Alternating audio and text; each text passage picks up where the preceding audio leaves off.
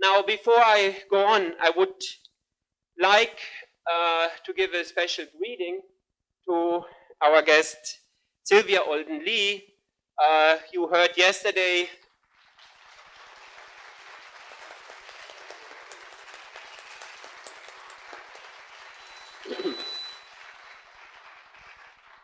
I think all of you heard her yesterday playing in this beautiful concert.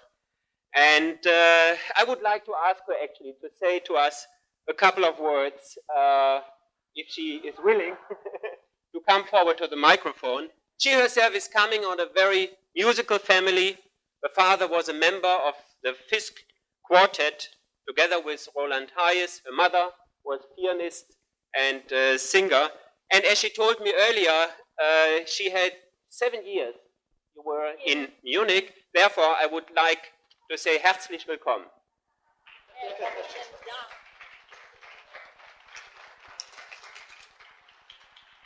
You lovely, beleaguered people. As unaccustomed as I am to any kind of speaking, I ramble on, but to do it in a formal way, it's going to be a bust. But I was applauded so much for what I did yesterday, and I just want you to really think about it. I would be no good were it not for the fact that I am accompanying soloists who, whether their accompaniment was good or not, you're not paying attention to it. You are listening to the message that does come from the singers. Such as we had Bob McFerrin, he's incomparable, and also he's a Fiskite. Mr. Roland Hayes, whom I got to know almost from birth, and had a meeting with him about 5 or 6 months before his death, did some work with him. He told me exactly how to do Angel Mole's songs. And he and Daddy stood as tenors, elbow to elbow, for 5 long years at Fisk University as half of the Fisk Quartet. And his daughter is here, and I guess you've learned that already. But Africa is here, and she's got to get up so that everybody will know of her.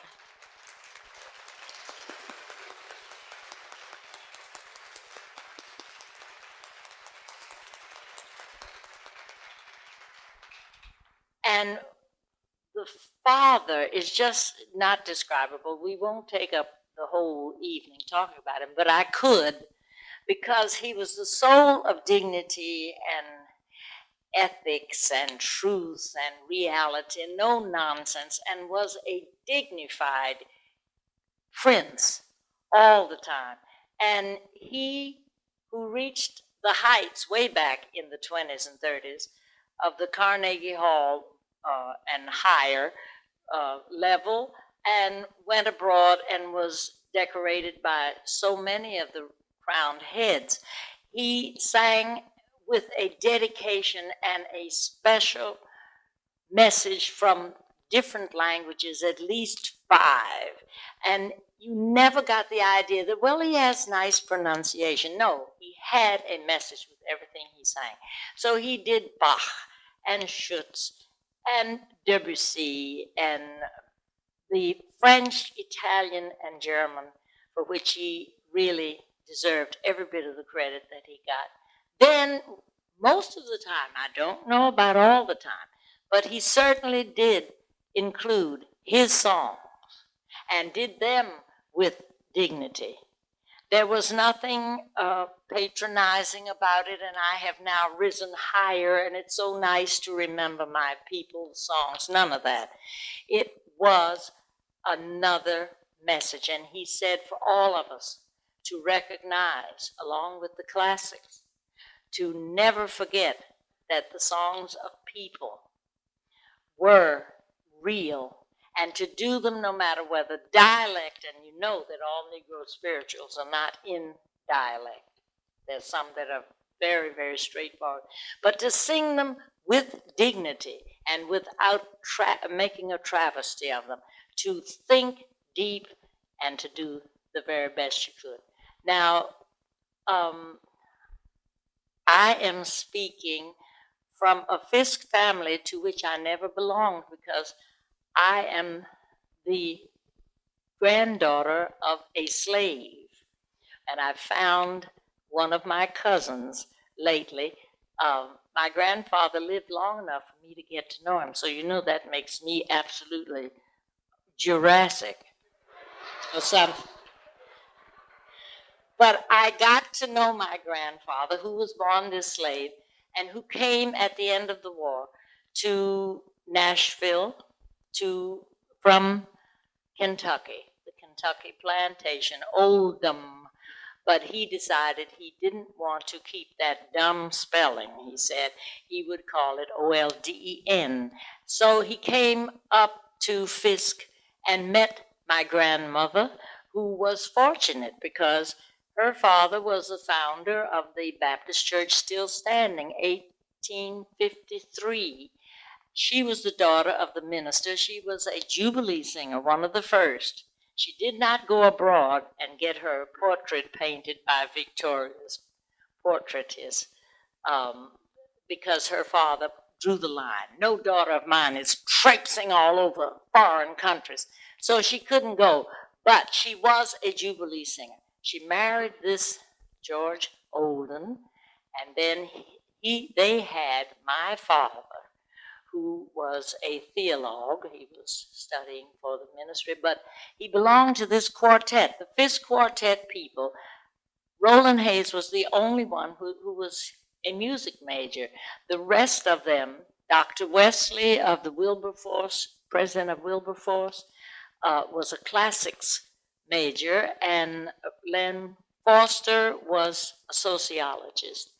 And they had, even though they had their pursuits, if you were a Fisk quartet person, you couldn't just get up and throw a few spirituals around, because it was quite easy for them to sing. They're close to the atmosphere all around. Fisk is built on the spirit of the spiritual. They had jobs every other Saturday to get up early and go horse and buggy into the wilds, which that's true, of Tennessee, bringing back new spirituals. But every one of those members of the quartet had also to study lieder, chanson, canzone. They had to study voice technique. They had to know piano, and they had to read. So they had to add to what they had as a curriculum and get up and perform classics. My father and Dr. Wesley at many an NAACP meeting in the teens and 20s. When they needed a musical interlude, Daddy and Charlie got up and did the duet from the Forza del Destino. And Dr. Wesley would sing very capably the Evening Star from Tannhäuser. So my first accompaniment, I started very early, and by the time I was 8, Daddy was doing a little of his leftover classics. I remember my first accompanying was to accompany him in Du Bis die Ruhe of Schubert. And then when I got ambitious, he said, do Hark, Hark the Lark. So I worked very hard at that. I was 8 years old, and I worked, it was in the key of C, and all I had to do was really put some time to it. I remember it very well. Later in all these long years, we journeyed, my family, my husband and 2 children, we went to München, to Munich, for only 1 year, but it ended up, it was 7. And while we were there, we gave programs because Bonn had asked our consulate if we knew of anybody who could do a whole program of spirituals. And I asked every Negro, colored, African American who was there if he would consent to do it.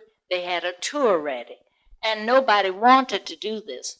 So I thought of going to the head of USIA and saying, you know, you folks, he was white, you think anything that isn't spirituals is jazz or something, but we have a full ledger of offerings creatively for vocal singing.